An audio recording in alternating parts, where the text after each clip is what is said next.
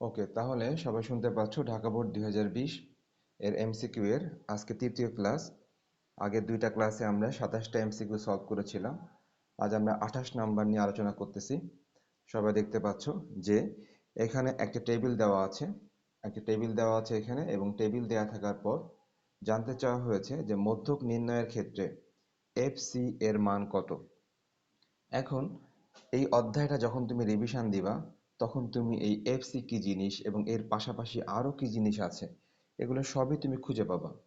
তো এই এফসি কি জিনিস যদি আমি সংক্ষেপে বলি, অথবা যদি তোমাকে মধ্যক নির্ণয়ের সূত্রটা একটু মনে করায় দিই। দেখো তোমার মনে পড়ে কিনা। মধ্যক নির্ণয়ের একটা সূত্র ছিল। আমরা এই মুহূর্তে কিন্তু মধ্যক নির্ণয় করব না। এই মুহূর্তে শুধুমাত্র আমার এফসিটা দরকার হবে। তো মধ্যক নির্ণয়ের যেই সূত্র ছিল, দেখো তোমার মনে পড়ে কিনা, L plus n/2 minus FC into h/fm। এটা ছিল আমাদের মধ্যক নির্ণয়ের সূত্র। তো আমরা যখন মধ্যক নির্ণয় করব বা ওই অধ্যায়টা প্র্যাকটিস করব, তখন তো আমরা এগুলো করতেই পারবো সব কিছু। তো এই মুহূর্তে আমার শুধুমাত্র দরকার এফসি এর মানটা। এখন এফসি জিনিসটা কি? এফসি জিনিসটা কি এটা আসলে বুঝতে গেলে তোমাকে আগে বের করে নিতে হবে, ক্রমযোজিত গণসংখ্যা বের করে নিতে হবে।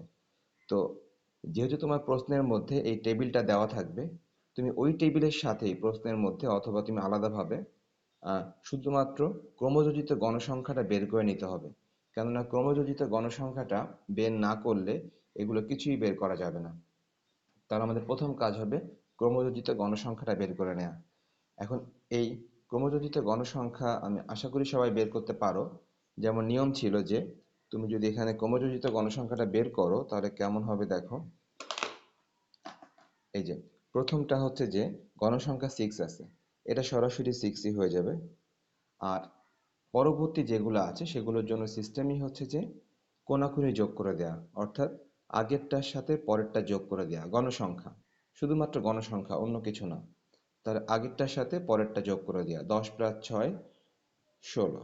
আবারও আগেরটার যোগফলের সাথে পরেরটা যোগ করে দেয়া। মানে আমরা বলতে পারি যে কোনাকুনি যোগ। 16 যোগ 16 কোনাকুনি যোগ 32। আবার দেখো 32 যোগ 20, এই যে কোনাকুনি যোগ করতেছি। 32 যোগ 20 52। অনুরূপভাবে 52 যোগ 13 65। 65 যোগ 5 70। আমরা জানি এভাবে বের করা হয় ক্রমযোজিত গণসংখ্যা, অর্থাৎ আগের যোগফলের সাথে পরের গণসংখ্যা যোগ হবে। আগের যোগফলের সাথে পরের গণসংখ্যা যোগ হবে, মানে কোনাকুনি যোগ করে দিলে তুমি যোগফলটা পাবা, ক্রমযোজিত। ওকে, নেক্সট তোমার কাজ হবে যেটা বলি সেটা হচ্ছে যে এই গণসংখ্যাগুলো সব যোগ করে ফেলা। যে গণসংখ্যা, ক্রমযোজিত গণসংখ্যা না কিন্তু, এই সাধারণ গণসংখ্যা, সাধারণ এই গণসংখ্যাটা তোমার কাজ হবে যোগ করে ফেলা। এখন তুমি যদি যোগ করো, যোগ করে দেখো কত আসে। 10 আর 6 16, 16 16 32, 32 আর 20 52, 52 এবং 13 55 65 যোগ 5 70 আসে। তার মানে আমরা আমরা দেখতে পেলাম গণসংখ্যাকে যোগ করে দিলে আসে 70। এই যে তুমি গণসংখ্যা যোগ করলা, এই গণসংখ্যার যোগফলকেই প্রকাশ করা হয় এই ছোট হাতের এন দিয়ে। দেখো এই যে মধ্যক নির্ণয়ের সূত্রের মধ্যে কিন্তু এল আছে, এন আছে, অনেক কিছু আছে, এগুলো সবারই কিন্তু পরিচয় আছে। সবার পরিচয় আমি এই মুহূর্তে দিচ্ছি না আর কি। এই মুহূর্তে আমি শুধুমাত্র এই এফসি নিয়ে আলোচনা করার জন্য যতটুকু দরকার ততটুকু বলতেছি। তাহলে কি হলো, এই যে এন দেখলাম, ছোট হাতের এন, এই ছোট হাতের এন অ্যাকচুয়ালি কি? এটা অ্যাকচুয়ালি গণসংখ্যার যোগফল। ওকে, গণসংখ্যার যোগফল করলাম। আচ্ছা, নেক্সট পরবর্তী কাজটা হবে তোমার এই n/2 করে দেয়া। n/2 দেখতে পাচ্ছি যদি আমরা n/2 করি, 70/2, মানে আলটিমেটলি এটা আসে হচ্ছে 35। সো সো আমরা n/2 করলে আমরা কিন্তু এখানে পাচ্ছি 35 পাচ্ছি। এখন তোমাকে দেখতে হবে এই 35 ক্রমযোজিত গণসংখ্যার কোন রেঞ্জের মধ্যে আছে। এই 35 ক্রমযোজিত গণসংখ্যার কোন রেঞ্জের মধ্যে আছে। দেখো, ক্রমযোজিত গণসংখ্যা যদি আমি একটু টেস্ট করি, এখানে আছে 32। 32-এর মধ্যে নিশ্চয়ই 35টা নাই। 32-এর মধ্যে নিশ্চয়ই 35 থাকতে পারে না। কিন্তু দেখো 52, 52-এর মধ্যে নিশ্চয়ই 35 থাকতে পারে। অর্থাৎ এই যে 35 এই এই 35টা এটার কোনটার মধ্যে আছে। তো আমরা বলতে পারি যে 32 পর্যন্ত 35 থাকবে না, খুবই স্বাভাবিক, কারণ 35 তো 32-এর চেয়ে বেশি। তাহলে 32-এর পরেরটা 52, হ্যাঁ 52-র মধ্যে 35 আছে। তো সিস্টেম হচ্ছে এটাই যে তোমাকে সার্চ করতে হবে যে মোট গণসংখ্যা যেটা n সেটাকে 2 দিয়ে ভাগ করলে যে মানটা আসে, তো এটাকে বলা হয় মধ্যক। এই যে তুমি যে 2 দিয়ে ভাগ করে যে মানটা পেলা, এই 35 যেই শ্রেণীতে থাকবে সেই শ্রেণীকে বলা হয় মধ্যক শ্রেণী। তাহলে এই মুহূর্তে আমরা দেখতে পাচ্ছি এই 35 ক্রমযোজিত গণসংখ্যার এই 52-র মধ্যে আছে, এই 52-র মধ্যে এই 35টা আছে। তাহলে আমরা বলতে পারবো কি যে এটাকে বলবো মধ্যক শ্রেণী, এই শ্রেণীটাকে বলবো মধ্যক শ্রেণী। ওকে, পরবর্তীতে আমার কি দরকার বলেছিলাম, এফসি দরকার। এই এফসি এর পরিচয়টা দেখো, এফসি এর পরিচয়টা হচ্ছে, এফসি হচ্ছে মধ্যক শ্রেণীর আগের শ্রেণীর ক্রমযোজিত গণসংখ্যা।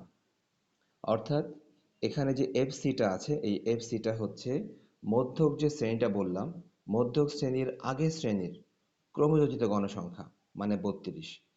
তাহলে আমি কিন্তু এখানে বললাম, মোটামুটি বললাম, সব কিন্তু লিখলাম না। তুমি যখন এই ম্যাথ একটা প্র্যাকটিস করবা, তোমার বই থেকে এই ম্যাথ একটা প্র্যাকটিস করবা, তখন তোমার কাছে যাই চাওয়া হোক না কেন, এফসি চাওয়া হোক, এফ এম চাওয়া হোক, অথবা যাই চাওয়া হোক, সবই তুমি করতে পারবা। তারা তাহলে আমরা বুঝতে পারলাম যে প্রথমে গণসংখ্যাকে 2 দিয়ে ভাগ করে দেখার চেষ্টা করলাম এই মানটা ক্রমযোজিত গণসংখ্যার কোনটার মধ্যে আছে, 52-র মধ্যে 35 থাকবে। তাহলে ওই শ্রেণীকে বলা হয় মধ্যক শ্রেণী। পরবর্তীতে কি হলো, মধ্যক শ্রেণীর আগের শ্রেণীর ক্রমযোজিত গণসংখ্যা, এই যে 32, এই 32কে বলা হয় এফসি। আচ্ছা, আর তুমি যদি বাকিগুলো জানতে চাও তাহলে দুই একটা বলতে পারি। সেটা হচ্ছে যে দেখো, এই যে এফসি কিন্তু বললাম, নেক্সট কি দরকার আমার, এফ এম দরকার, এফ এম। এফ এম কিন্তু মানে আমার এই কোশ্চেনে কিন্তু এফ এম চাইনি, এমনি আর কি আলোচনার স্বার্থে এই এফ এম যদি বলি একটু, এফ এম, এই এফ এমটা হচ্ছে অ্যাকচুয়ালি সরাসরি মধ্যকের গণসংখ্যা। অর্থাৎ মধ্যক যেই শ্রেণী দেখতে পাচ্ছি, মধ্যক শ্রেণীর সরাসরি গণসংখ্যা দেখো 20, মধ্যক শ্রেণীর সরাসরি গণসংখ্যা 20, ওই 20টা হচ্ছে এফ এম। তার মানে পার্থক্যগুলো বুঝতে হবে যে এফ সি কিন্তু ছিল ক্রমযোজিত, তাও কি আগের শ্রেণীর, আর এফ এম হচ্ছে সরাসরি গণসংখ্যা এবং মধ্যক শ্রেণীর। আচ্ছা, পরবর্তীতে দেখো এখানে আর কি আছে, এখানে আর দেখতে পাচ্ছি, এল দেখতে পাচ্ছি, এই যে এল, এলটা হচ্ছে মধ্যক শ্রেণী হিসেবে তুমি যাকে ধরছো, এই যে এটা কিন্তু মধ্যক শ্রেণী ছিল, মধ্যক শ্রেণী হিসেবে তুমি যাকে ধরছো সেই শ্রেণীর লোয়ার লিমিট। এল মানে লোয়ার লিমিট, লোয়ার লিমিট বলতে এটা, আর এটা হচ্ছে আপার limit, lower limit upper limit, অথবা লোয়ার ভ্যালু আপার ভ্যালু। তাহলে কি হলো যে এই মধ্যক শ্রেণীর লোয়ার লিমিট হচ্ছে 55, এই 55কে বলা হবে এল। তাহলে কিন্তু আমরা দেখতে পাচ্ছি প্রত্যেকটার পরিচয় আমরা দেখতে পাচ্ছি। আর একটা পরিচয় মনে হয় বাকি আছে, দেখো এই যে এইচ কি জিনিস, এইচ, এইচটা হচ্ছে আসলে শ্রেণী ব্যাপ্তি। তোমরা জানো যে শ্রেণী ব্যাপ্তি কি করে বের করা হয়। শ্রেণী ব্যাপ্তি, তুমি যদি 59 থেকে 55 বিয়োগ করো, 59 থেকে 55 বিয়োগ করলে 4 হবে, ওই 4-এর সাথে আবার 1 যোগ করতে হবে।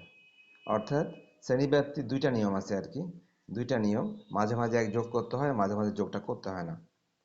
কিরকম দেখো, আপার লিমিট 59, এই যে আপার limit 59 minus lower limit 55, lower limit হচ্ছে 55, সাথে কি বললাম, যোগ 1 করতে বললাম, যোগ 1। তাহলে সবাই দেখো যে কেমন আসে, 59 মাইনাস 55 করলে 4 হয়, 4 যোগ 1 সমান সমান 5। এখন আমি যেটা বলতেছিলাম যে মাঝে মাঝে এই একটা যোগ করা হয়, মাঝে মাঝে একটা যোগ করা হয় না। তো যাক, যেহেতু এত কিছু বললাম সেটাও বলে দিই যে কখন কি হবে। দেখো সবাই, প্রথম কথা যে তুমি দেখতে পাচ্ছ 55 থেকে 59, পরেরটা কিন্তু 59 থেকে শুরু হয়নি, পরেরটা শুরু হয়েছে 60 থেকে। যখন এরকম থাকবে অর্থাৎ এক গ্যাপ থাকবে, এক যখন গ্যাপ থাকবে অর্থাৎ 59-এ শেষ, পরেরটা শুরু হয়েছে 60-এ, অর্থাৎ আগেরটা শেষ এবং পরেরটা শুরু। দেখো এক কিন্তু গ্যাপ আছে, 59 এবং 60 এক গ্যাপ আছে। তো এরকম এক গ্যাপ যখন থাকবে তখন ওই একটা এখানে যোগ করে দিতে হবে, বিয়োগফলের সাথে 1 যোগ করতে হবে।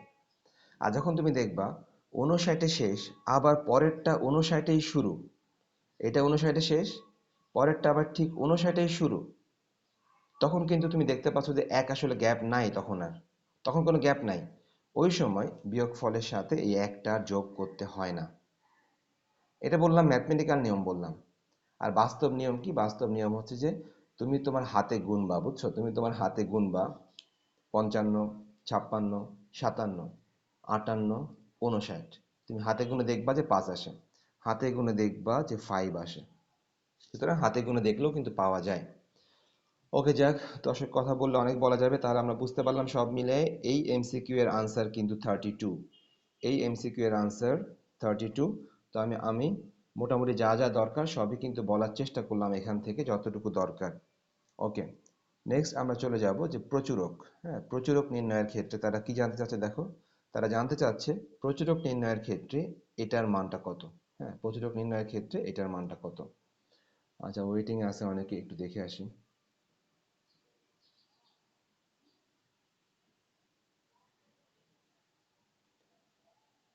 আচ্ছা দেখো তো, ক্যামেরা কি ঘুরে গেল নাকি ক্যামেরা ঠিক আছে, আগের মতোই আছে নাকি ঘুরে গেছে? ঘুরে গেছে না, এই যে সমস্যা, এই যে অ্যাডমিট দিতে গেলে, ওয়েট করো, আমি আবারও ঠিক করতেছি। অ্যাডমিট দিতে গেলে এই একটা সমস্যা হয়ে যাচ্ছে। ওয়েট।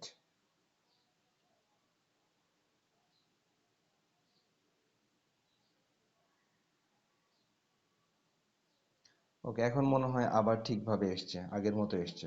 ওকে, ঠিক আছে। তাহলে যেটা বলতেছিলাম, এখন আমরা কি করব? প্রচুরক নির্ণয়ের ক্ষেত্রে এটার মানটা কত, এই যে f1/f1 + f2 এর মান কত প্রচুরক নির্ণয়ের ক্ষেত্রে। এখন ব্যাপারটা হচ্ছে যে প্রচুরকেরও কিন্তু একটা সূত্র ছিল। আবারও বলতেছি, ওই অধ্যায়টা রিভিশন দিলে তোমরা সবই পেয়ে যাবে। তো ঠিক আছে, আমি বরাবরের মতো যতটুকু সম্ভব আলোচনা করার চেষ্টা করি।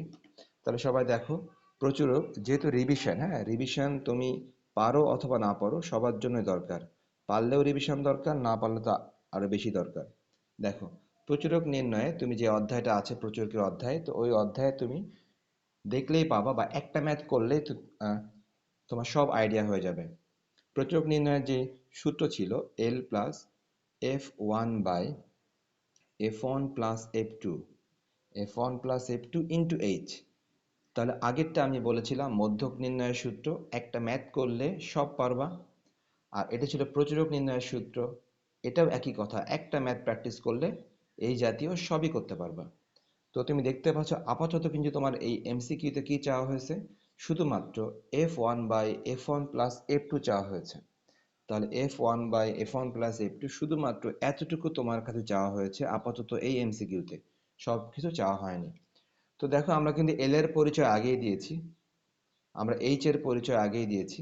শুধুমাত্র এখন পরিচয় দরকার কার? f1/f1 + f2 এর। আর আরেকটা পার্থক্য কি, আগেরটা ছিল মধ্যক, এখনকারটা কিন্তু প্রচুরক।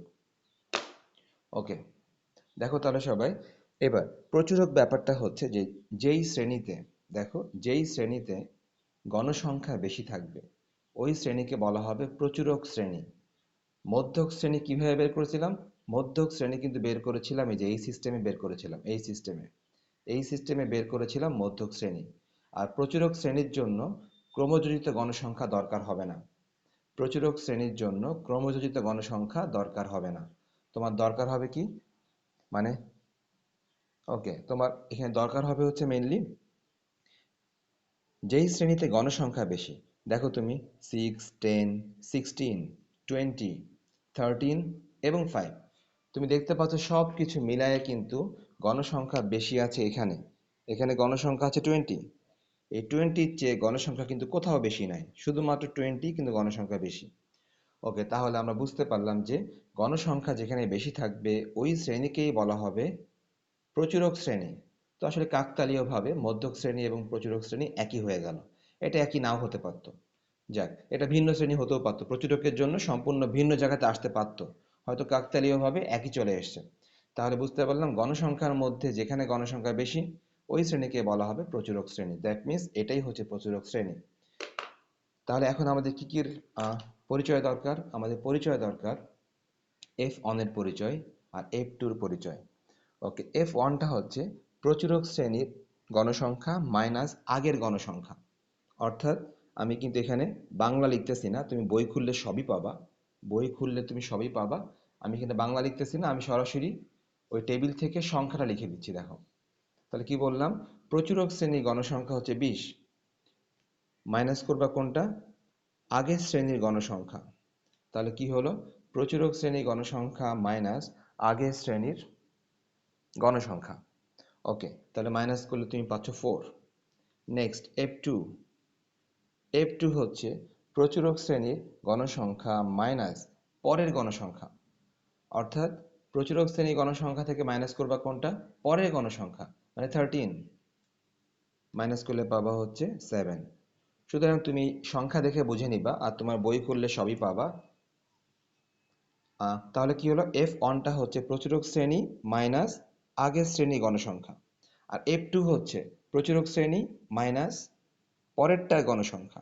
ব্যাস, এটা হচ্ছে F1 আর F2 পরিচয়। তো আমরা F1 এবং F2 পরিচয় কিন্তু পেয়ে গেলাম।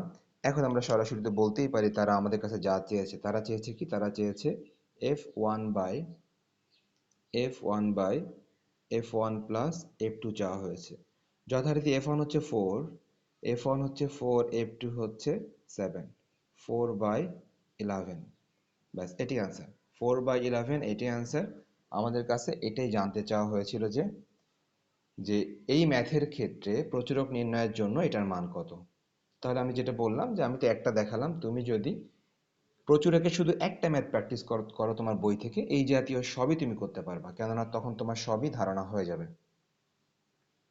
ওকে, তাহলে আমরা এটা সবাই বুঝতে পারলাম এটা যে প্রচুরক এবং মধ্যক সম্পর্কে মোটামুটি আলোচনা করলাম আর কি। তাহলে আমাদের 29 নম্বর এমসিকিউ শেষ, ঢাকা বোর্ড 2020 সালের। এখন লাস্ট এমসিকিউ দেখো, যে আমাদেরকে বলা হয়েছে যে ঘূর্ণন প্রতিসমতা। তো তোমরা জানো যে ঘূর্ণন প্রতিসমতা সম্পর্কে তোমাদের বইয়ে সরাসরি আলোচনায় আছে। হ্যাঁ, একটা অধ্যায় আছে, সম্ভবত কোন অধ্যায়টা আমার ঠিক মনে পড়তেছে না। অধ্যায় 14, রাইট। তাহলে অধ্যায় 14তে ঘূর্ণন প্রতিসমতা নিয়ে বিস্তারিত আলোচনা আছে। এখন তোমাদের এখানে কোশ্চেন এসেছে যে নিচের কোনটি একমাত্রার ঘূর্ণন প্রতিসমতা প্রদর্শন করে। নিচের কোনটি একমাত্রার ঘূর্ণন প্রতিসমতা প্রদর্শন করে। এখন ব্যাপারটা হচ্ছে কি, যে ঘূর্ণন প্রতিসমতাটা হচ্ছে যে যে মনে করো এই একটা বস্তু আছে, এই যে এই একটা বস্তু আছে, এখানে একটা লাইন টানা আছে, এখানে লাইন টানা আছে, এখানে লাইন টানা আছে, এবং এরা কিন্তু সবাই কিন্তু সমান দূরত্বে আছে। ব্যাপারটা হচ্ছে, মনে করো যে তুমি এই বস্তুটাকে এভাবে দেখলাম, এভাবে দেখার পর তুমি কি করলা, এইটাকে তুমি একটু ঘুরায় এই লাইনটাকে নিয়ে আসলা এখানে, তখন অটোমেটিক্যালি কিন্তু এই লাইন চলে আসবে এখানে, আর এই লাইনটা চলে আসবে এখানে। কিন্তু দেখতে কিন্তু একই রকম লাগবে, তার কারণ কোনো লাইনেই তো কোনো নাম্বারিং করা নাই, কোনো লাইনেই কিন্তু কোনো নাম্বারিং করা নাই, এবং কোনো লাইনেই কিন্তু অন্য কোনো কালারও দেয়া নাই, সব কিছু সেম, মানে তিনটা লাইন টোটালি সেম দেখতে। সুতরাং তুমি যদি এটাকে একবার একটু ঘুরায় এই লাইনটাকে নিয়ে গেলে এখানে, তখন অটোমেটিক্যালি কিন্তু এই লাইন চলে আসবে এখানে এবং এই লাইনটা চলে আসবে এখানে, কিন্তু দেখতে কিন্তু আগের মতোই লাগবে, কেননা লাইনগুলোর মধ্যে তো কোনো পার্থক্য নাই। আচ্ছা, তার মানে কি হলো, তুমি এটাকে একবার ঘোরালে দেখতে একই রকম লাগে। ওকে, তুমি এটা আবার দ্বিতীয়বার ঘোরাও, দ্বিতীয়বার ঘোরায় এই লাইনকে নিয়ে আসো এখানে, তখন অটোমেটিক্যালি বাকিগুলো সরে যাবে, দেখতে কিন্তু একই রকমই লাগবে। ফাইনালি তুমি যখন এই লাইনটাকে আবার ঘুরায় এখানে নিয়ে আসবা, তখনও তো বাকিগুলো অটোমেটিক্যালি সরে যাবে, দেখতে কিন্তু তখনও কিন্তু একই রকমই লাগবে। কিন্তু দেখো আমি কিন্তু তিনবার ঘুরাইছি, কিন্তু তিনবার ঘোরানোর ফলে এই প্রথম লাইনটা কিন্তু আবার আগের জায়গায় ফিরে আসলো। প্রথম লাইনটা প্রথম ঘূর্ণনে এখানে এসেছিল, দ্বিতীয় ঘূর্ণনে এখানে আসলো, আর তৃতীয় ঘূর্ণনে কিন্তু আবার সে আগের জায়গায় চলে আসলো, এই এই প্রথম লাইনটা। তার মানে কি, এই জিনিসটার ঘূর্ণন প্রতিসমতা হচ্ছে 3, একমাত্রার, সরি এখানে বলেছে একমাত্রা, তো এটা হচ্ছে তোমার 3 মাত্রা। তার মানে এটাকে তুমি যদি তিনবার ঘোরাও তাহলে এই লাইনটা এক্স্যাক্টলি আগের জায়গাতে ফিরে আসবে। তার মানে এটার ঘূর্ণন প্রতিসমতা তো আছে কিন্তু 3 মাত্রার। এটার কয় মাত্রা, এটা হচ্ছে তোমার 4 মাত্রা। তার কারণ তুমি যদি এই লাইনটা নিয়ে কল্পনা করো, এই লাইনটা একবার ঘোরালে এখানে আসবে, দ্বিতীয়বার ঘোরালে এখানে আসবে, তৃতীয়বার ঘোরালে এখানে আসবে, চতুর্থবার ঘোরালে ওই লাইনটা আবার তার আগের জায়গায় ফিরে আসবে। তার মানে এটারও ঘূর্ণন প্রতিসমতা আছে কিন্তু 4 মাত্রার। তার মানে মাত্রাগুলো হচ্ছে এটাই যে তুমি যখন ঘোরাচ্ছ তখন কিন্তু প্রত্যেক ঘূর্ণনে কিন্তু দেখতে আগের মতোই লাগতেছে, কিন্তু সত্যিকার অর্থে এই লাইনটাকে আগের জায়গায় ফিরিয়ে আনতে এটা কিন্তু আমার কয়বার ঘোরাতে হচ্ছে? 4 বার ঘোরাতে হচ্ছে। 4 বার ঘোরালে তাহলে এটা হচ্ছে তোমার 4 মাত্রার ঘূর্ণন প্রতিসমতা, এটা হচ্ছে তোমার 3 মাত্রার ঘূর্ণন প্রতিসমতা। ভালো কথা। এখন দেখি এটা কি অবস্থা হয়। এই যে মনে করো পি। আচ্ছা দেখো আমি এটাকে একটু ঘুরাই, তুমি দেখো। দেখো এই যে পি দেওয়া আছে, আমি মনে করো এটাকে একটু ঘুরাই দিলাম, এই যে একবার ঘোরালাম। দেখো একবার ঘোরালে দেখো তো পি কি দেখতে নিশ্চয়ই আগের মতো লাগতেছে না। পিটা কিন্তু দেখতে আগের মতো লাগতেছে না, পিটা কিন্তু সম্পূর্ণ ঘুরে গেছে, পি দেখতে আগের মতো লাগতেছে না। এটাকে তুমি আবার ঘোরাও, দেখো পি দেখতে আগের মতো লাগতেছে না। আবার ঘোরাও, আগের মতো লাগতেছে না। আবার ঘোরাও, এবার আগের মতো লাগতেছে। কিন্তু এগুলো কিন্তু এরকম ছিল না। এগুলা কিন্তু তুমি একবার ঘোরালেও দেখো দেখতে একই রকম লাগতেছে, দেখছো? আর একবার ঘোরাও, দেখো দেখতে একই রকম লাগতেছে। তার মানে এগুলোর ব্যাপারটা হচ্ছে যে তুমি প্রত্যেকবার ঘূর্ণনে দেখতে আগের মতোই লাগতেছে, কিন্তু সত্যিকার অর্থে এই লাইনটা আগের জায়গাতে ফিরে আসতে কিন্তু 4 বার ঘুরতে হচ্ছে। আচ্ছা, কিন্তু দেখো এটার ক্ষেত্রে কিন্তু তুমি একবার ঘুরায় দেখালাম, 2 বার ঘুরায় দেখালাম, 3 বার ঘুরায়ও দেখালাম, কিন্তু আসলে কিন্তু এটা কিন্তু আগের মতো লাগতেছে না কখনোই। তো বিষয়টা হচ্ছে যে এটা হচ্ছে মানে হচ্ছে একমাত্রার ঘূর্ণন প্রতিসমতা। তার কারণটা হচ্ছে যে এটা কিন্তু মধ্যবর্তী কোনো অবস্থান ছিল না। এগুলোর প্রত্যেকটারই কিন্তু মধ্যবর্তী একটা অবস্থান ছিল, যে মাঝামাঝি কোনো একটা অবস্থায় নিয়ে গেলে আগের মতো লাগতেছিল, আগের মতো লাগতেছিল। কিন্তু এটা কিন্তু তুমি যতবারই ঘুরাও না কেন আগের মতো কখনোই লাগতেছে না, পি সম্পূর্ণ ঘুরে গেছে। পিটা সম্পূর্ণ ঘুরে গেছে, আগের মতো কখনোই লাগতেছে না। একমাত্র শুধুমাত্র তুমি যদি একবার ঘুরে আসো পুরাটাই, তাহলে এটা আগের মতো লাগবে। আদারওয়াইজ কিন্তু এটা কখনোই মধ্যবর্তী কোনো অবস্থানে আগের দুইটার মতো মধ্যবর্তী কোনো অবস্থানে কিন্তু আগের মতো লাগতেছিল না। তাহলে বুঝতে পারলাম এটার অবস্থা হচ্ছে যে এটা একমাত্র যদি একবার পরিপূর্ণ ঘূর্ণন হয়, একবার পরিপূর্ণ ঘূর্ণন, এ দেখো একবার পরিপূর্ণভাবে ঘুরলে এ আগের মতো দেখতে লাগে, কিন্তু বাকিগুলো কিন্তু মধ্যবর্তী অনেক অবস্থান ছিল। তাহলে এটা হচ্ছে একমাত্রার ঘূর্ণন প্রতিসমতা। অর্থাৎ যে জিনিসটার মধ্যবর্তী কোনো অবস্থান নাই, যেটা আগের মতো ফিরে আসতে শুধুমাত্র একটা পরিপূর্ণ ঘূর্ণন দরকার। পরিপূর্ণ ঘূর্ণন ছাড়া সে আগের মতো কখনোই ফিরে আসতেছে না। তো ওইটাই হচ্ছে একমাত্রার। আর যেগুলো মধ্যবর্তী অনেক অবস্থান থাকে সেগুলো অতগুলো মাত্রা, 4 মাত্রা, 3 মাত্রা। যাক, তাহলে আমি যেটা বললাম যে অধ্যায় 14-তে বিস্তারিত আলোচনা আছে, তোমরা একটু রিডিং পড়ো। রিডিং পড়লে বুঝতে পারবা, হ্যাঁ রিডিং পড়বা আর নিজের মতো করে ঘোরাবা, নিজেই বুঝতে পারবা যে কোনটা কয় মাত্রা। তো আমি যেটা বললাম এটা একমাত্রা কি জন্য, যেহেতু এটা একটা পরিপূর্ণ ঘূর্ণন ছাড়া এটা আগের জায়গায় ফিরে আসতেছে না, এই জন্য এটা হচ্ছে তোমার একমাত্রা। আর এইগুলা কিন্তু অনেকগুলা মাত্রা, তার কারণ বিভিন্ন জায়গাতে তার আগের মতো দেখতে লাগতেছে। ওকে, যাক, তাহলে আমরা 30টা এমসিকিউ অনেক কষ্ট করে সলভ করলাম আর কি, ঢাকা বোর্ড 2020 সালের। এখন ব্যাপারটা হচ্ছে যে তোমরা তো আসলে কিছুই বলো না, এটা হচ্ছে ফ্যাক্ট। সুতরাং আমি আমার মতো করেই আগাচ্ছি। তো যাক, তোমরা জানো যে এমসিকিউ গুলা কিন্তু সলভ করতে গেলে আলটিমেটলি আমাকে কিন্তু আগে থেকে কোশ্চেন লিখে রাখতে হয়, এই যে কোশ্চেন আগে থেকে লিখে রাখতে হয়। কেননা কোশ্চেন না লিখে রাখলে তো আসলে অনেক টাইম লাগবে। এই জন্য এই জন্য তোমরা যেহেতু কিছুই বলো না, সুতরাং আমি আমার মতো করে লিখে রাখি এবং তারপর ওগুলোই সলভ করার চেষ্টা করি আর কি। ওকে, ঠিক আছে, তাহলে ঢাকা বোর্ড 2020 সালের মোটামুটি সবই সলভ করলাম। এখন আমি আজকের জন্য যেটা আসলে করেছি সেটা হচ্ছে যে একটু অধ্যায় ভিত্তিক, মানে গিয়েছি আর কি অধ্যায় ভিত্তিক। অর্থাৎ অধ্যায় ভিত্তিক সমস্ত বোর্ডের এমসিকিউ, 20 সালের সমস্ত এমসিকিউ এবং 19 সালের শুধুমাত্র ঢাকা বোর্ড। অর্থাৎ 20 সালের সমস্ত এমসিকিউ এবং 19 সালের শুধুমাত্র ঢাকা বোর্ড আমি সলভ করার চেষ্টা করব আজকে, সেটা কি অধ্যায় ভিত্তিক। এবং সেই অধ্যায় হিসেবে আজকে আমি আপাতত আমি এসেছি লগারিদমে। আপাতত আমি তোমাদের জন্য লগারিদম সলভ করার চেষ্টা করব আজকের জন্য। সবাই দেখো, দেখতে পাচ্ছ সবাই, আমি অনেকগুলো কোশ্চেন লিখে রাখছি। হ্যাঁ, প্রায় কতগুলো কোশ্চেন লিখছি সবগুলো হয়তো সলভ করতে পারবো না আজকে। আমি কোশ্চেন লিখে রাখছি প্রায় 17টা, প্রায় 17টা কোশ্চেন। তো এই 17টা কোশ্চেন আমি কোত্থেকে পেলাম তোমাদেরকে বললাম এইমাত্র। এই 17টা কোশ্চেন হচ্ছে 20 সালের সমস্ত বোর্ডের লগারিদমের সব কোশ্চেন এবং 19 সালে শুধুমাত্র ঢাকা বোর্ড। তাহলে সূচক এবং লগারিদম থেকে প্রায় 17টা কোশ্চেন আমি লিখে রেখেছি। এখন তোমরা হয়তো এগুলো পারো, তো তোমরা প্র্যাকটিস করো আমার সাথে, তাহলে কাজ হবে। ওকে দেখো, তাহলে আমি মনে করানোর চেষ্টা করতেছি সূচক এবং লগারিদম সম্পর্কে আলোচনা, যে আলোচনাটা আমি সরাসরি এমসিকিউ এর মাধ্যমে আলোচনাটা করার চেষ্টা করি আর কি। আচ্ছা, তাহলে তোমরা কতজন এসছো বা কি অবস্থা আমি একটু দেখে আসি, অর্থাৎ অ্যাটেন্ডেন্সটা একটু আমি পার্টিসিপেন্ট থেকে, হ্যাঁ পার্টিসিপেন্ট থেকে একটু অ্যাটেন্ডেন্সটা নিয়ে আসি। তোমরা একটু অপেক্ষা করো, আমি পার্টিসিপেন্ট থেকে একটু অ্যাটেন্ডেন্সটা নিয়ে আসি।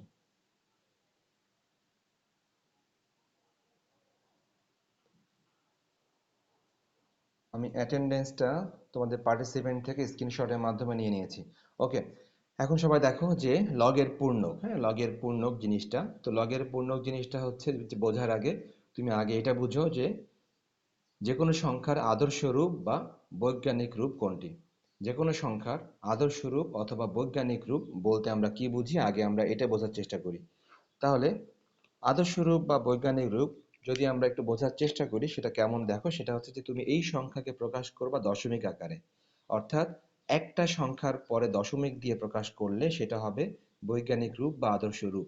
সেটা কিরকম দেখো, তোমার কাজ হবে এই সংখ্যাটাকে তুমি এই যে প্রথম সংখ্যা যেটা আমরা দেখতে পাচ্ছি সিক্স, প্রথম নাম্বার সিক্স, সিক্সের পরে দশমিক দিব, সিক্সের পরে দশমিক দিব, দিয়ে বাকিগুলো লিখে ফেলি zero three, zero three zero two, লিখে ইনটু দিব, দিয়ে 10 টু দি পাওয়ার। তো সিস্টেমটা কি বললাম, সিস্টেমটা হচ্ছে কোনো সংখ্যার আদর্শ রূপ অথবা বৈজ্ঞানিক রূপ। ব্যাপারটা কিরকম, যে তুমি ওই সংখ্যাটার মধ্যে যে প্রথম যে নাম্বার খুঁজে পাবা শূন্য ব্যতীত, হ্যাঁ শূন্য ব্যতীত অন্য যে নাম্বারটা খুঁজে পাবা, সেই নাম্বারের পরে তুমি একটা দশমিক দিবা, দশমিক দেওয়ার পর যা আছে সবাইকে লিখে রাখলাম, into 10 to the power. 10 to the power কত হবে একজন বলো, 10 টু দি পাওয়ার কত হবে একজন বলো।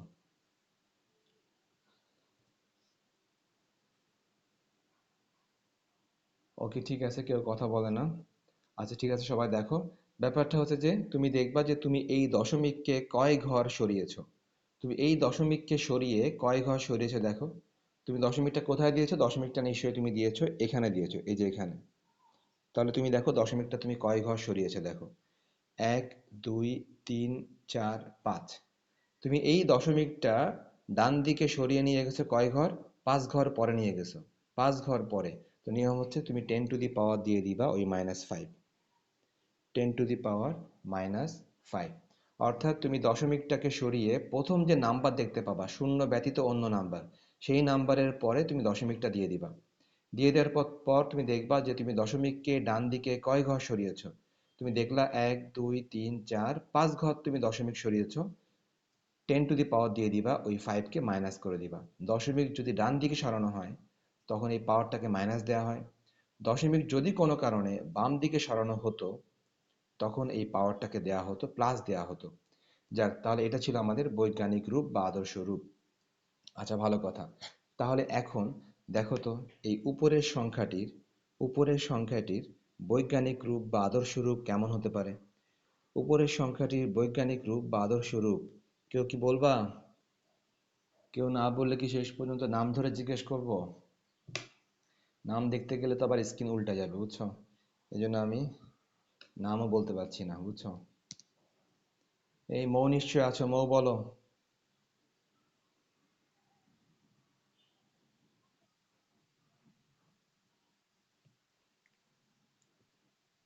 তার মানে এক ঘরের পর বৈজ্ঞানিক রূপে প্রকাশ করা আছে, তাহলে 10 টু দি পাওয়ার কত হবে? 10 টু দি পাওয়ার, হ্যাঁ। তুমি কি দশমিককে সরাইছো ডানে বা বামে, এক ঘরে সরাইছো? যেহেতু সরাওনি তার মানে শূন্য, পাওয়ার শূন্য। তুমি, হ্যাঁ জিরো, মানে তুমি একটুও সরাওনি বুঝছো, তার মানে পাওয়ার জিরো। ওকে ঠিক আছে, তাহলে মৌকে জিজ্ঞেস করলাম, এই জন্য বাকিরা মন খারাপ করো না, কারণ বাকিরা তো কথাই বলে না, ও একটু কথা বলে, এই জন্য ওকে জিজ্ঞেস করছি। বাকিদেরকে যতই ডাকি কথাই বলতে চায় না কেউ। ওকে দেখো, তো ব্যাপারটা হচ্ছে এই তোমাদের ফিজিক্সে নাকি তোমরা একটা কাহিনী, আমি যেটা বলতেছিলাম সেটা কি ছিল যে এটা কিন্তু বৈজ্ঞানিক রূপে প্রকাশ করাই আছে। তার মানে তুমি কিন্তু দশমিককে কিন্তু তোমার আর সরানো লাগতেছে না, এক ঘরের পরেই দশমিক দেওয়া আছে। তাহলে দশমিককে তুমি ডানেও সরাওনি, দশমিককে তুমি বামেও সরাওনি, তার মানে 10 টু দি পাওয়ার 0 হবে। তুমি যদি সরাতা তখন না হয় 1 2 3 4, অথবা -1 -2 -3 -4 এরকম হতো। যেহেতু তুমি একটু সরাওনি তাই 10 টু দি পাওয়ার 0। ওকে, তাহলে এখন দেখো লগের পূর্ণক কি জিনিস। লগের পূর্ণক হচ্ছে এই যে 10-এর পাওয়ার যেটা হবে এটাই লগের পূর্ণক। তার মানে এই যে এমসিকিউটা দেওয়া আছে এখানে এই লগের পূর্ণক, এখানে লগের পূর্ণক অ্যাকচুয়ালি কত? 0। এই অঙ্কের আনসার হলো 0, লগের পূর্ণক 0। কি বুঝতে পারলাম লগের পূর্ণক কি জিনিস? বৈজ্ঞানিক রূপে প্রকাশ করার পর 10-এর যে পাওয়ারটা থাকে ওই পাওয়ারকেই বলা হয় লগের পূর্ণক। তাহলে দেখো, যদি আমি এটাকে বলতে চাই, আর ঠিক আছে এটা না বলে একবারে পরেরটায় চলে যাই, যেহেতু এখানে চাওয়া হয়েছে লগের পূর্ণক কত। লগের পূর্ণক কত আমরা কাজ করি, এটাকে বৈজ্ঞানিক রূপে প্রকাশ করি। বৈজ্ঞানিক রূপে প্রকাশ করার জন্য আমি আগেও বলেছিলাম যে একটা ঘরের পর দশমিক হবে, তার মানে আমরা দেখতে পাচ্ছি শূন্য ব্যতীত সাধারণ নাম্বার এই 3, 3-র পরে আমাকে দশমিক দিতে হবে। যদি আমরা 3-র পরে দশমিকটা দিয়ে দেই 3.7, 3-র পর দশমিক দিলাম 3.7, 10 টু দি পাওয়ার, এই লাইনে আর কি আছে? এই নুরানি আছে লাইনে?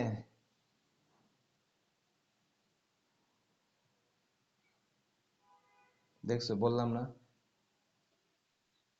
10 টু দি পাওয়ার 9, 1 2 3 4 5 6 7 8 9, ধন্যবাদ। 10 টু দি পাওয়ার, সরি -9 হবে, -9 না, -9। হ্যাঁ, -9 হবে। তাহলে আমরা বুঝতে পারলাম যে আমরা দশমিককে সরিয়েছি 9 ঘর। আমি কিন্তু গুণে দেখালাম, এই যে 1 2 3 4 5 6 7 8 9, 9 ঘর সরিয়েছি ডান দিকে, -9 হবে। দশমিককে ডানে সরালে মাইনাস হবে, দশমিককে যদি কোনো কারণে বামে সরাও তখন আবার প্লাস হবে। ওকে, লগের পূর্ণক, লগের পূর্ণক কি বলেছিলাম? এই যে 10-এর পাওয়ারটা থাকবে সেটাই হবে লগের পূর্ণক। তার মানে এই মুহূর্তে লগের পূর্ণক হচ্ছে, দেখতে পাচ্ছি লগের পূর্ণক -9। এখন ব্যাপারটা হচ্ছে মাইনাস যে 9, এই -9কে কিভাবে প্রকাশ করা হয় দেখো, 9 দিয়ে উপরে একটা বার দেয়া হয়, 9 দিয়ে উপরে একটা দাগ দেওয়া হয়, এই দাগকে বলা হয় বার, 9 বার। এই বার কি অর্থে প্রকাশ করা হচ্ছে? মাইনাস অর্থে প্রকাশ করা হচ্ছে। তাহলে 9 দিয়ে উপরে একটা বাদ দিবা, এই বার মানে হচ্ছে মাইনাস। তার মানে শুধু 9 মানে প্লাস বোঝাচ্ছে, আর 9 বার মানে মাইনাস বোঝাচ্ছে। সো এটা খেয়াল রাখবা যে 9 মানে প্লাস, 9 বার মানে মাইনাস। তাহলে -9 যে কথা, 9 বার একই কথা।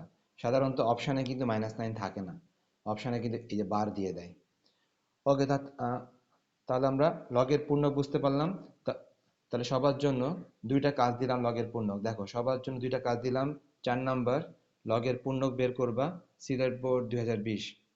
5 নাম্বার, লগের পূর্ণক বের করবা, ঢাকা বোর্ড 2019। যদি কারো আনসার দরকার হয়, আনসার আমি ইউটিউব ভিডিওর লাস্টে, তোমরা সবাই জানো যে আমি স্ক্রিনশট দিয়ে থাকি, তো ইউটিউব ভিডিওর লাস্টে যখন আমি স্ক্রিনশট দিব তখন আমি এই আনসারটা লিখে দিব। সো সেটা দেখার আগে তোমরা আগে নিজেরা এটা সলভ করে নিবা, সলভ করার পর তারপর তুমি আনসার দেখবা। নেক্সট, এবার দেখো, এই যে কুমিল্লা বোর্ড 17, কুমিল্লা বোর্ড 17 35.37, 35.37 বলতেছিলাম আর কি, সেটা ছিল এত এর লগের পূর্ণক কত। হ্যাঁ, কুমিল্লা বোর্ড 17 এত এর লগের পূর্ণক। তো আমাদের নিয়ম কি ছিল তোমাদের নিশ্চয়ই মনে আছে, যে তুমি দশমিককে নিয়ে আসবা এক ঘরের পরে। তার মানে কি করতে হবে, 3-র পরেই দশমিক নিয়ে আসতে হবে, 3-র পরেই দশমিক দিতে হবে, দশমিককে নিতে হবে প্রথম ঘরের পরেই। তার মানে তুমি এখানে কি করলা, তুমি এখানে দশমিককে বাম দিকে এক ঘর সরিয়ে দিলা। দেখো, দশমিককে তুমি বামে এক ঘর সরিয়ে দিলা। দশমিককে তুমি যদি বামে এক ঘর সরিয়ে দাও, তার মানে 10 টু দি পাওয়ার কত হওয়া উচিত? 10 টু দি পাওয়ার +1 হওয়া উচিত। তাহলে আমরা জানি, যেহেতু আমরা বাম দিকে সরিয়েছি, বামে সরালে কিন্তু পাওয়ারটা প্লাস হয়, আর আগে সরাচ্ছিলাম ডান দিকে, ডানে সরালে পাওয়ারটা মাইনাস হয়। তাহলে আগে সরিয়েছিলাম ডান দিকে, পাওয়ারটা মাইনাস, এখন সরালাম বাম দিকে, পাওয়ারটা হবে প্লাস। তাহলে আমরা খুবই স্বাভাবিক দেখতেই পাচ্ছি লগের পূর্ণক, লগের পূর্ণক হচ্ছে 1। এই যে লগের পূর্ণক হচ্ছে এই যে 1, +1। সুতরাং খেয়াল রাখবা প্লাস এবং মাইনাস, প্লাস থাকলে তো প্লাস, কোনো সমস্যা নেই, মাইনাস থাকলে কিন্তু এরকম বার দিয়ে লেখা হয়, বার মানেই মাইনাস। ওকে, এখন দেখো আর একটা সলভ করি, দেখো 144, এটা হচ্ছে তোমার বরিশাল বোর্ড, বরিশাল বোর্ডের 2020 সালের কোশ্চেন। 144 এর 2√3 ভিত্তিক লব কত? 144-এর 2√3 ভিত্তিক লব কত? তাহলে তাদের এই কথাটাকে যদি আমি একটু লেখার চেষ্টা করি, মনে করো তারা লিখছে বাংলায়, আমি যদি ম্যাথমেটিক্যালি লিখি, তাহলে সবাই দেখো ম্যাথমেটিক্যালি লিখলে এটা কি আসার কথা। এই যে লগ লিখলাম, লগ লগ লিখলাম। তারপর তারা কি বলছে? 2√3 ভিত্তিক। লগ হবে কত ভিত্তিক? লগ হবে 2√3 ভিত্তিক। তার মানে দেখো 2√3 যে ভিত্তি সেটা চলে আসবে ভিত্তিতে। সো তারা যে কথাটা বাংলায় বলে দিয়েছে আমি সেটাকে ম্যাথমেটিক্যালি লিখতেছি। লগ হবে কেমন লগ? 2√3 ভিত্তিক। 2√3 চলে যাবে ভিত্তিতে। নেক্সট, কার লগ দরকার? 144-এর লগ দরকার। তো 144 থাকবে এই যে মাঝ বরাবর। সুতরাং আমরা কিন্তু তাদের কথাটাকেই ম্যাথমেটিক্যালি লিখলাম যে 2√3 ভিত্তিক লগ, 2√3 ভিত্তিক লগ কার দরকার? 144-এর। 144-এর। সুতরাং তাদের কথাটাই কিন্তু এটা। এখন এটা কিন্তু আমরা করতে পারি আসলে। এটা কিভাবে করতে পারি সবাই জানি মোটামুটি এগুলোর বেসিক। এগুলোর বেসিকটা হচ্ছে বেস যা থাকে, ভিত্তি যা থাকে, তোমার টার্গেট থাকবে উপরেও তুমি তার সাহায্যে লিখবা। তোমার টার্গেট থাকবে উপরেও তুমি তার সাহায্যে লিখবা। তার কারণ কি? তার কারণ এই অঙ্কগুলোর একটাই বেসিক আমরা জানি যে লগ এ ভিত্তিক এ সমান 1। লগ এ ভিত্তিক এ সমান 1 আমরা জানি এই অঙ্কগুলোর এই একটাই বেসিক। অর্থাৎ এই বেসিকের ব্যাপারটা কি? ভিত্তি যা থাকবে তুমি উপরেও ঠিক তাই বানাবা, তাহলেই তুমি 1 করতে পারবা। তো এই টার্গেটকে সামনে নিয়ে ভিত্তি যেহেতু ছিল 2√3, সুতরাং আমরা উপরেও দিয়ে দিলাম 2√3 দিয়ে দিলাম, কেননা না দিলে তো হবে না, কারণ দেয়া তো লাগবে, না হলে তো আমরা 1 পাবো না। এই কারণে ভিত্তি যা থাকবে তুমি উপরেও তা দিয়ে দিবা। দেওয়ার পর এবার তুমি দেখবা যে এটার পাওয়ার কত দিলে 144 পাওয়া যায়। এটার পাওয়ার কত দিলে 144 পাওয়া যায়। তো এটা বের করার অনেক উপায় আছে, তুমি ক্যালকুলেটরের সাহায্য করতে পারো, নর্মালি করতে পারো, অনেক উপায় আছে। তো আমি যদি তোমাকে জাস্ট নর্মালি বলি, দেখো, যদি আমি নর্মালি বলি তাহলে এই যে 144 দেখতে পাচ্ছি, 144, মনে করো এই যে 144, 144কে কিন্তু লেখা যায় 12 স্কোয়ার। আমরা জানি 12কে স্কোয়ার করলে পাওয়া যায় 144। আচ্ছা, ভালো কথা। এখন 12 স্কোয়ারে যদি 144 হয়, তার মানে 12-এর জন্য যদি পাওয়ার 2 লাগে, তাহলে 2√3-র জন্য 2√3 কিন্তু আরো ছোট। তো এটার জন্য নিশ্চয়ই পাওয়ার আরো বেশি লাগবে। তার মানে তুমি একটা কাজ করতে পারো, সরাসরি ক্যালকুলেটারে তুমি দিয়ে দেখতে পারো। দেখো, মনে করো তুমি ক্যালকুলেটারে ব্র্যাকেট দিলা, হ্যাঁ, ব্র্যাকেট দিয়ে লিখলা 2√3, দিয়ে তুমি ব্র্যাকেটটা ক্লোজ করলা। ব্র্যাকেট ক্লোজ করে যেহেতু তুমি দেখতেছো যে 12-এর পাওয়ার লাগতেছে 2, তো নিশ্চয়ই এটার পাওয়ার আরো বেশি লাগবে। ঠিক আছে? আরো অনেক উপায় ছিল, যাক, আরো বেশি লাগবে, আমি সরাসরি দিয়ে দিলাম, পাওয়ার দিয়ে দিলাম 4। এই যে পাওয়ার লিখবো, পাওয়ারে দিব 4, পাওয়ারে 4 দিয়ে দেখতে পেলাম 144 চলে আসলো। এখন তোমার হয়তো বা টেস্ট করতে অল্প একটু সময় লাগতে পারে।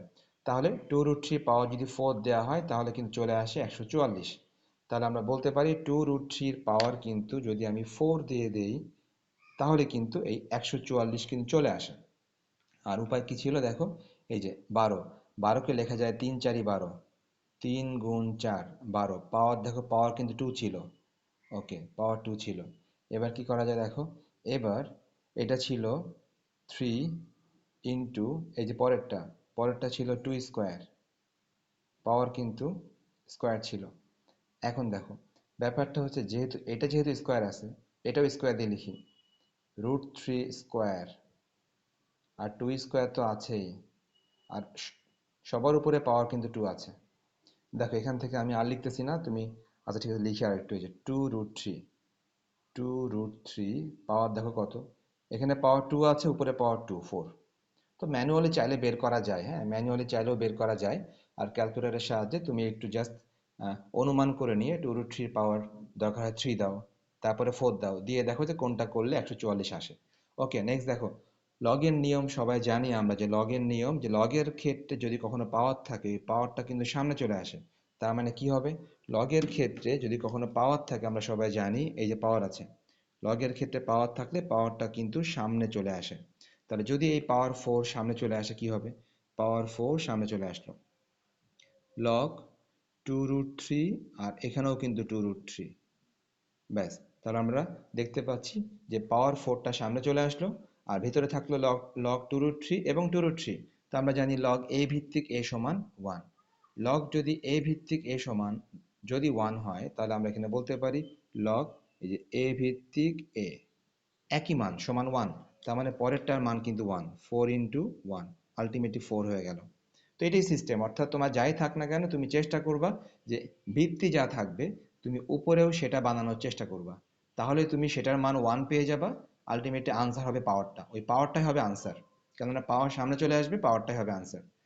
যাক, তো এটা ছিল ব্যাপার। তাহলে তোমাদের পরবর্তী ক্লাস কোনটা, বাংলা? ওকে শিক্ষার্থীরা, তোমরা স্ক্রিনশট নিয়ে নাও, তোমাদের জন্য স্ক্রিনশট নেওয়ার ব্যবস্থা করতেছি, তোমরা স্ক্রিনশট নিয়ে নাও। দেখো যে অবস্থায় রাখা হয়েছে এই অবস্থাতে তোমরা একটা স্ক্রিনশট নিয়ে নাও। আশা করি তোমরা স্ক্রিনশট নিতে পেরেছো।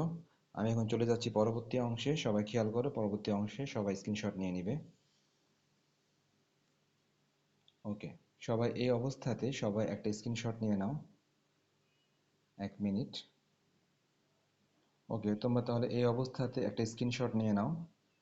এই অবস্থাতে তোমরা একটা স্ক্রিনশট নিয়ে নাও। আমি আবারও চেঞ্জ করি, তোমরা স্ক্রিনশট নিবে পরবর্তীগুলারও।